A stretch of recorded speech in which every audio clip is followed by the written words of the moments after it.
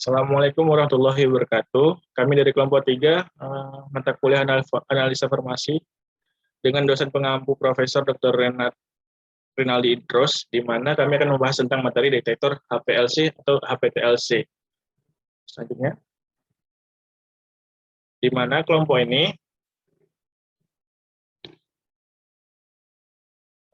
beranggotakan Nurul Altafiana, Alfikar Juanda, itu saya sendiri sebagai moderator, dan Novi Kurnia Rizky, Syarifah Syifa Madinah. Selanjutnya, di mana pembahasannya ini kita akan secara awalnya itu pendahuluan pengertian, yaitu pengertian kromatografi, pengertian HPLC dan perbedaannya, HPLC dan HPTLC, kemudian ada detektor, di mana pengertiannya, syaratnya, dan penggunaan penggolongannya. Kemudian ada jenis-jenis detektor, yaitu detektor UV, ada di sini dijelaskan ada detektor UV, PDA detektor, detektor fluorensi, detektor indeks bias, detektor elektrokimia, detektor spektrometri massa. Selanjutnya, nah untuk pendahuluan ini akan dijelaskan oleh Nurul Oktaviana. Kemudian Nurul Oktaviana, saya persilahkan. Baik, terima kasih kepada moderator. Selanjutnya saya akan membahas mengenai pendahuluan, yaitu yang pertama kromatografi.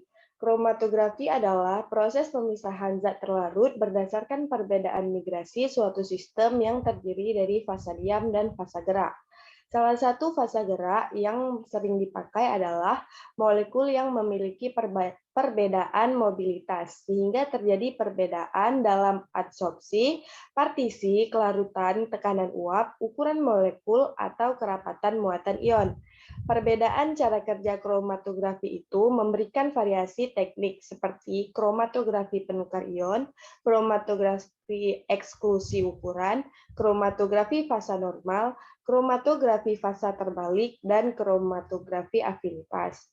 Metode kromatografi adalah salah satu teknik pemurnian yang banyak dilakukan dalam proses analisa kimia dan produksi karena sifatnya yang selektif.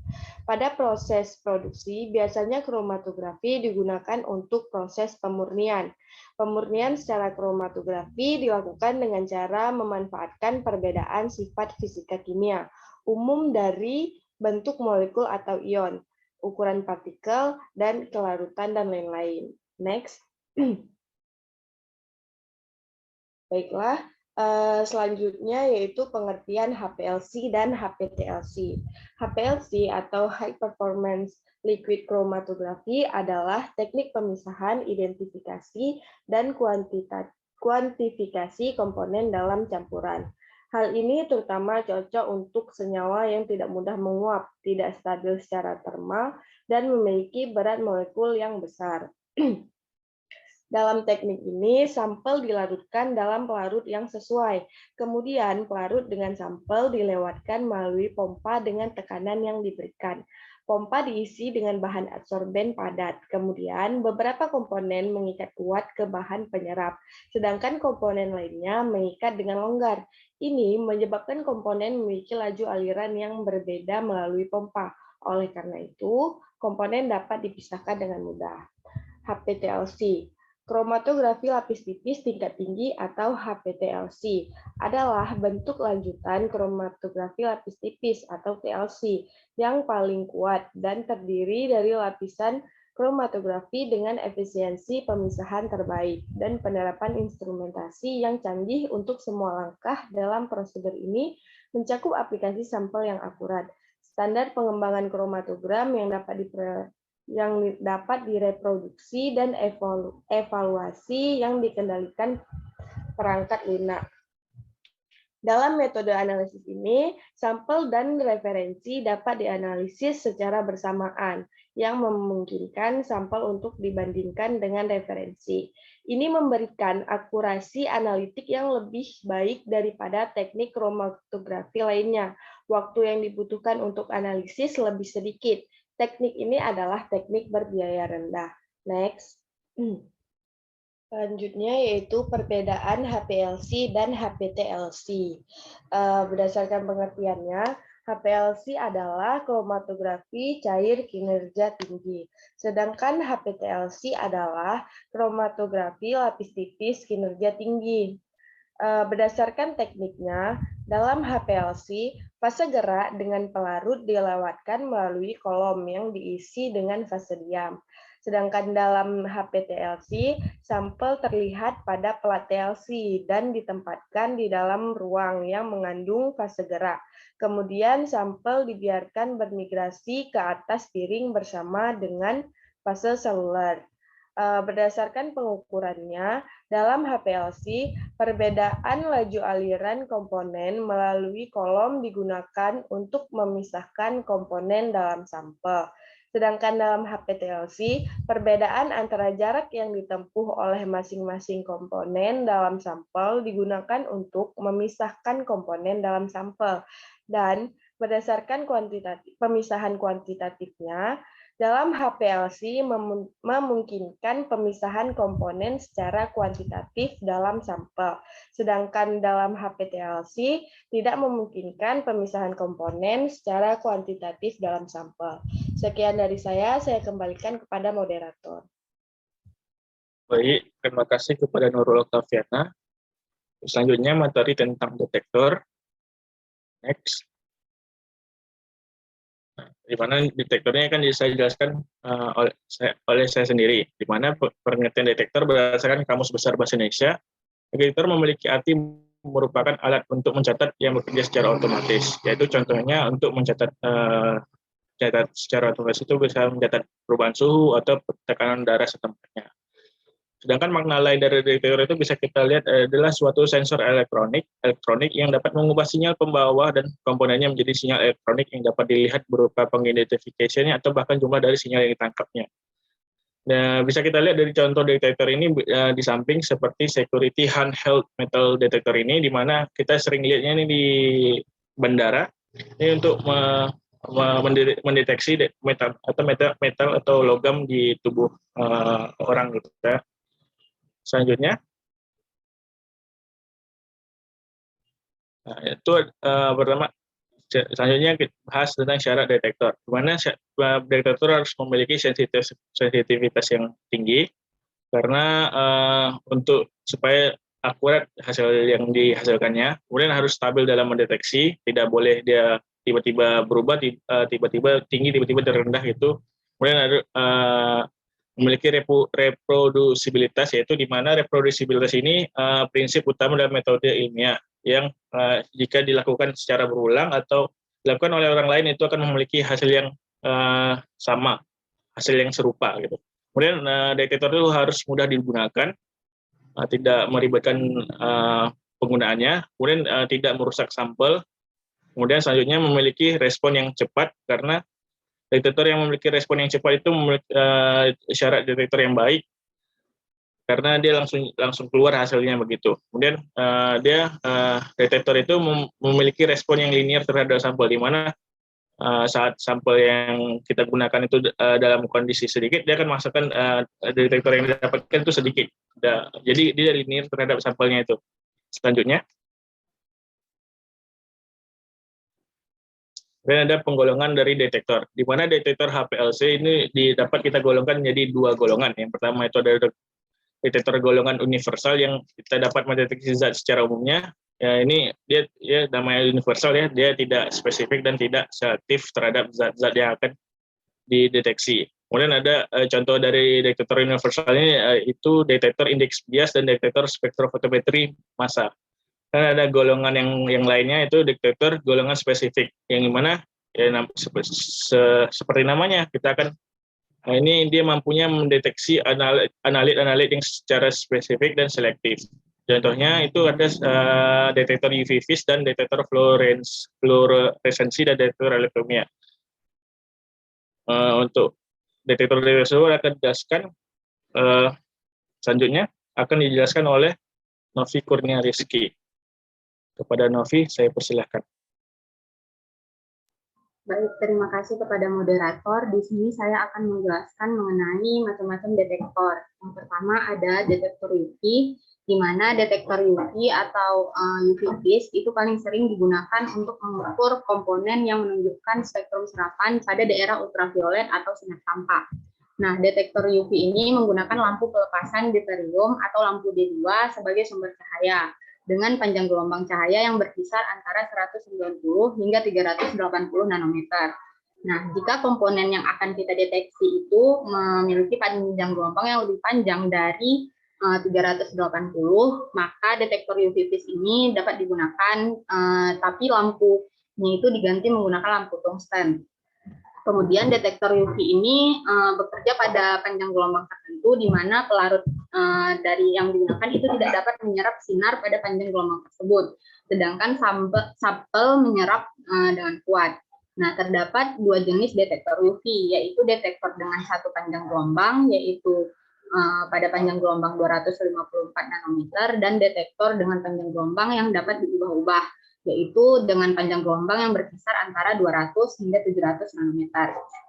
Nah, kemudian detektor UV ini dia hanya bekerja jika senyawa tersebut mempunyai kromofor. Kemudian gambar di bawah merupakan sistem optik di mana cahaya dari lampu itu disinari dari kisi difraksi yang kemudian akan tersebar menurut panjang gelombang. Nah, misalnya nih, ketika kita melakukan pengukuran dengan panjang gelombang 280 nanometer, nah maka sudut kisi difraksi itu diatur sehingga nanti cahaya 280 nanometer itu dapat menyinari sel aliran. Nah, dengan memantau cahaya referensi yang dibagi dari cahaya yang ada di depan sel aliran, maka perbedaan intensitas cahaya dapat ditentukan antara bagian belakang dan bagian depan sel aliran. Nah, ini nantinya akan dikeluarkan sebagai absorbansi yang dapat kita baca.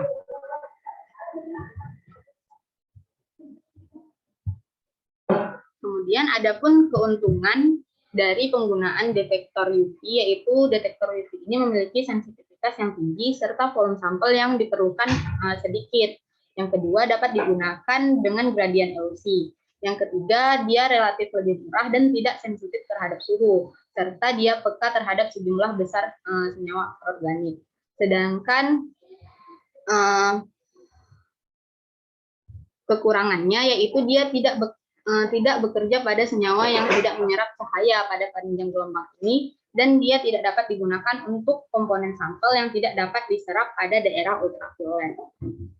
Kemudian yang kedua ada detektor photodiode array atau PDA, di mana detektor PDA ini merupakan detektor UV yang umum memantau pada seluruh spektrum UV vis material yang melewati sel aliran menggunakan sensor pencitraan fotodioda. Nah, biasanya detektor PDA ini terdiri dari 512 atau 1024 piksel atau elemen. Nah, detektor PDA ini nantinya akan menghasilkan data absorbansi dan spektral yang dapat digunakan untuk kuantitasi, identifikasi, serta penilaian kemurnian dari puncak yang dihasilkan. Nah, detektor PDA ini terdiri dari kristal silikon yang dimana kristal silikon ini sensitif terhadap cahaya pada rentang panjang gelombang 170 hingga 1100 nanometer. Nah, kemudian pada penyerapan foton oleh dioda, arus yang akan dihasilkan pada fotodioda itu sebanding dengan jumlah proton. Kemudian setiap fotodioda yang merespon panjang gelombang tertentu dan sebagai hasilnya akan diperoleh spektrum UV atau visible lengkap pada waktu yang kurang dari 1 detik. Kemudian gambar di bawah merupakan skema optik. Yang pertama itu merupakan skema optik dari detektor absorbansi UV vis, di mana menunjukkan monokromator dan sel aliran yang diterangi oleh panjang gelombang yang dipilih setelah keluar. Sedangkan pada gambar B, yaitu merupakan detektor PDA dengan visi tetap yang terdispersi cahaya ke elemen pencitraan array dioda. Nah, gambar B itu menunjukkan skema detektor PDA di mana seluruh spektrum lampu deuteriumnya itu melewati sel aliran dan cahaya yang ditransmisikan disebarkan oleh si kisi tetap ke elemen susunan dioda yang memantau intensitas cahaya pada setiap panjang gelombang. Nah, kebanyakan detektor PDA ini menggunakan array dioda charge couple dengan 512 hingga 124 dioda atau piksel. Nah, kemudian dia mampu meresolusi spektral sekitar 1 nanometer. Kemudian perangkat lunak evaluasi spektral ini itu memungkinkan tampilan data kromatografi dan spektrum dari semua puncak dalam sampel. Kemudian selanjutnya akan saya jelaskan mengenai detektor fluoresensi. Detektor fluoresensi ultraviolet atau sinar sampah oleh molekul fluoresensi atau disebut fluorophore. Nah, dengan demikian fluorophore ini menyerap energi dalam bentuk cahaya pada panjang gelombang spesifik untuk mencapai tingkat energi yang lebih tinggi atau panjang gelombang eksitasi. Lalu dia akan mengemisikan cahaya yang diserap untuk kembali pada kondisi semula, yaitu pada kondisi panjang gelombang emisi. Nah, detektor fluoresensi ini juga merupakan detektor yang spesifik, di mana dia mengandung senyawa yang dapat menyerap ultraviolet atau visible yang kemudian akan diemisikan kembali pada panjang gelombang yang lebih besar. Nah, dia memiliki sensitivitas 10 kali hingga 10.000 kali lebih kuat daripada detektor ultraviolet untuk sebuah senyawa yang dapat menyerap sinar sampah. Adapun prinsip yang digunakan pada detektor fluoresensi ini yaitu pada saat sampel dikenai sinar ultraviolet yang sesuai, maka zat pada sampel akan berfluoresensi, di mana sinar yang dipancarkan itu akan ditangkap oleh fototube. Nah, intensitas sinar fluoresensi ini akan sebanding dengan kadar sampel yang diamati. Adapun tipe-tipe detektor fluoresensi yaitu yang pertama ada single wavelength excitation fluorescence detector, yang kedua ada multi wavelength fluorescence detector, serta yang terakhir ada laser induced fluorescence detector atau LIFD. Demikian saya kembalikan kepada moderator. Baik, terima kasih kepada Novi Kurnia Rizky. Selanjutnya untuk penjelasan detektor indeks bias selanjutnya akan dijelaskan oleh Syarifah Syifa Madinah. Pada Syarifah, saya persilahkan. Baik, terima kasih kepada moderator. Selanjutnya untuk jenis detektor lainnya tuh di mana ada detektor indeks bias. Jadi detektor ini tuh dia mendeteksi berdasarkan pembiasan cahaya. Dia tuh bekerja dengan mengukur perbedaan indeks bias yang ada di fase gerak murni dengan fase gerak yang berisi komponen sampel. Detektor ini tuh biasa digunakan untuk analisa polimer, gula, dan asam organik. Jadi pada detektor ini dia tidak cocok untuk metode gradien. Detektor ini tuh dia memiliki paling tidak tuh ada 2 kuvet, di mana salah satu kuvetnya berisikan fase gerak, dan kuvet yang lainnya tuh berisi larutan yang keluar dari kolom. Dia tuh juga memiliki sumber cahaya dan 2 fotodetektor. Seperti pada gambar, terlihat di mana dia tuh ada sumber cahaya, kemudian ada kuvet yang untuk sebagai sampel keluarnya, dan terjadi pembiasan cahaya, dan pembiasan cahaya tuh akan diteruskan ke fotodetektor. Next.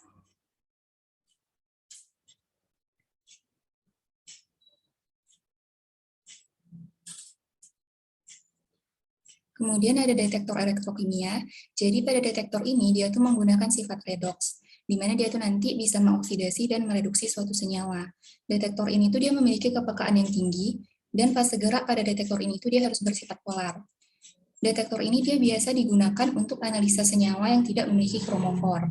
Pada detektor ini, larutan eluen dari kolom itu akan memasuki sebuah sel, di mana larutan tersebut nantinya akan mengalir di atas permukaan sebuah elektroda yang sudah diberi potensial. Jadi nantinya komponen-komponen sampel itu akan mengalami reaksi transfer elektron. Pada detektor ini, pengukurannya didasarkan dari perbedaan potensial listrik dari molekul senyawa yang dianalisis dan fase gerak. Next. Kemudian yang terakhir tuh ada detektor spektrometri massa. Jadi detektor ini tuh dia digunakan untuk mengidentifikasi senyawa murni. Jangkauan dari detektor ini tuh dia bisa mendeteksi dan mengidentifikasi senyawa dalam luas. Pembacaan dari detektor ini tuh didasarkan dari massa molekul yang ada pada sampel. Dia tuh dapat menganalisa tanpa larutan standar. Jadi detektor ini nggak perlu larutan standar karena dia memiliki database, di mana database tuh punya data-data untuk sampel-sampel yang udah dianalisa sebelumnya. Jadi sampel yang untuk dianalisa akan disamakan dengan database yang tersedia. Sekian dari saya kembalikan ke moderator. Baik, terima kasih kepada Syarifah Syifa Madinah. Nah, sekian presentasi dari kami. Mohon maaf bila ada kekurangan. Wabillahi taufiq wal hidayah. Assalamualaikum warahmatullahi wabarakatuh.